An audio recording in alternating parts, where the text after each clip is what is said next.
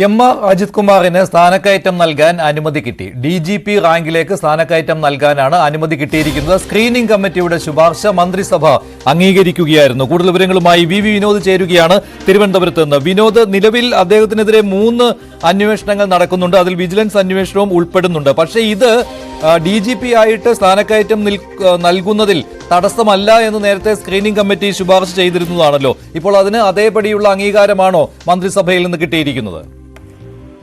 മഞ്ജുഷ, ഇതുവരെ ഒരു FIR register ചെയ്തിട്ടില്ല. അജിത് കുമാറിനെതിരെ പല ആരോപണങ്ങളുണ്ടെങ്കിലും ത്രിതല അന്വേഷണം നടക്കുന്നുണ്ടെങ്കിൽ പോലും ഇതുവരെ ഒരു FIR രജിസ്റ്റർ ചെയ്തുള്ള അന്വേഷണമില്ല. ഏതെങ്കിലും കേസിൽ പ്രതിയല്ല.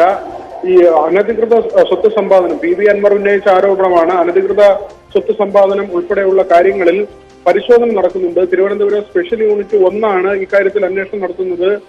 എം.ആർ. അജിത് കുമാറിനെ ചോദ്യം ചെയ്തിരുന്നു. അദ്ദേഹത്തിൽ നിന്ന് സാമ്പത്തിക സ്രോതസ് സംബന്ധിച്ച രേഖകൾ വിജിലൻസ് സംഘം തേടുകയും ചെയ്തിരുന്നു. ഇതുവരെയും FIR രജിസ്റ്റർ ചെയ്യാത്തത് കൊണ്ട് തന്നെ ഈ വകുപ്പ് തലത്തിൽ അദ്ദേഹത്തിനുള്ള സ്ഥാനക്കയറ്റത്തിന് മറ്റെന്തെങ്കിലും തടസ്സമില്ല. കോടതിയിൽ ഏതെങ്കിലും കേസുകൾ നിൽക്കുന്നില്ല. അതുകൊണ്ട് തന്നെയാണ് നേരത്തെ സ്ക്രീനിംഗ് കമ്മിറ്റിയുടെ ശുപാർശ DGP സ്ഥാനത്തേക്ക് ഉയർത്താമെന്നുള്ള ആ ശുപാർശ ഇന്നിപ്പോൾ മന്ത്രിസഭാ യോഗം അംഗീകരിച്ചിരിക്കുന്നത്. സുരേഷ് രാജ് പുരോഹിതും അതോടൊപ്പം തന്നെ എം.ആർ. അജിത് കുമാർ, ഈ 2 പേരാണ് സീനിയോറിറ്റി അനുസരിച്ച് അടുത്ത് DGP റാങ്കിലേക്ക് വരേണ്ട ആളുകൾ. ഇതിൽ സുരേഷ് രാജ് പുരോഹിതായിരിക്കും ആദ്യം DGP റാങ്കിലേക്ക് എത്തുക. അദ്ദേഹത്തിനാണ് സീനിയോറിറ്റി. തൊട്ട് പിന്നാലെ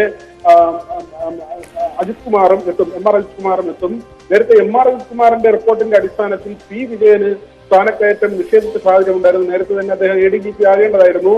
IG റാങ്കിൽ തുടരേണ്ടി വന്നു. എന്നാൽ ഇപ്പോൾ അദ്ദേഹം ഇന്റലിജൻസ് ADGP ആണ്.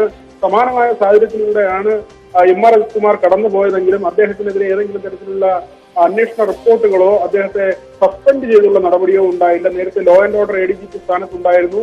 ആ സ്ഥാനത്ത് നിന്ന് മാറ്റുകയാണ് ചെയ്തത്. CPIയുടെ അടക്കം എതിർപ്പുകൾ ഉയർന്നു വന്ന സാഹചര്യം, തൃശൂർ പൂരം അലങ്കോലപ്പെട്ടതുമായി ബന്ധപ്പെട്ട് ഉയർന്നു വന്ന ആരോപണങ്ങൾ, ഇതിന്റെ അടിസ്ഥാനത്തിലാണ് എം.ആർ. അജിത് കുമാറിനെ നേരത്തെ തൽസ്ഥാനത്ത് നിന്ന് മാറ്റിയത്. പക്ഷേ സസ്പെൻഷൻ പോലുള്ള നടപടിയും അദ്ദേഹത്തിന് നേരിടേണ്ടി വന്നില്ല. ഏതായിരുന്നാലും സ്ക്രീനിംഗ് കമ്മിറ്റിയുടെ ശുപാർശ ഇപ്പോൾ മന്ത്രിസഭാ യോഗം. ശരി, വി വിനോദാണ് വിവരങ്ങൾ നൽകിയത്. ക്രമസമാധാന പാലന ചുമതലയിൽ നിന്ന് സർക്കാർ നീക്കിയ എം.ആർ. അജിത് കുമാർ ADGPക്ക് DGP പദവി നൽകാമെന്നാണ് ഇപ്പോൾ മന്ത്രിസഭാ തീരുമാനം. സ്ക്രീനിംഗ് കമ്മിറ്റിയുടെ ശുപാർശ മന്ത്രിസഭ അംഗീകരിക്കുകയായിരുന്നു. നിലവിൽ അനധികൃത സ്വത്ത് സമ്പാദനത്തിന് വിജിലൻസ് അന്വേഷണം, RSS നേതാവിനെ കണ്ടതിലുള്ള അന്വേഷണം, അതേപോലെ തന്നെ തൃശൂർ പൂരം അലങ്കോലമാക്കിയതിലുള്ള അന്വേഷണം, ഈ 3 അന്വേഷണങ്ങൾ നേരിടുന്നയാളാണ് ADGP എം.ആർ. അജിത് കുമാർ. പക്ഷേ ഒരു FIRഉം എം.ആർ. അജിത് കുമാറിനെതിരെ രജിസ്റ്റർ ചെയ്തിട്ടില്ല. ഇതാണ് സ്ക്രീനിംഗ് കമ്മിറ്റി ഇത്തരമൊരു ശുപാർശ നൽകാൻ കാരണം.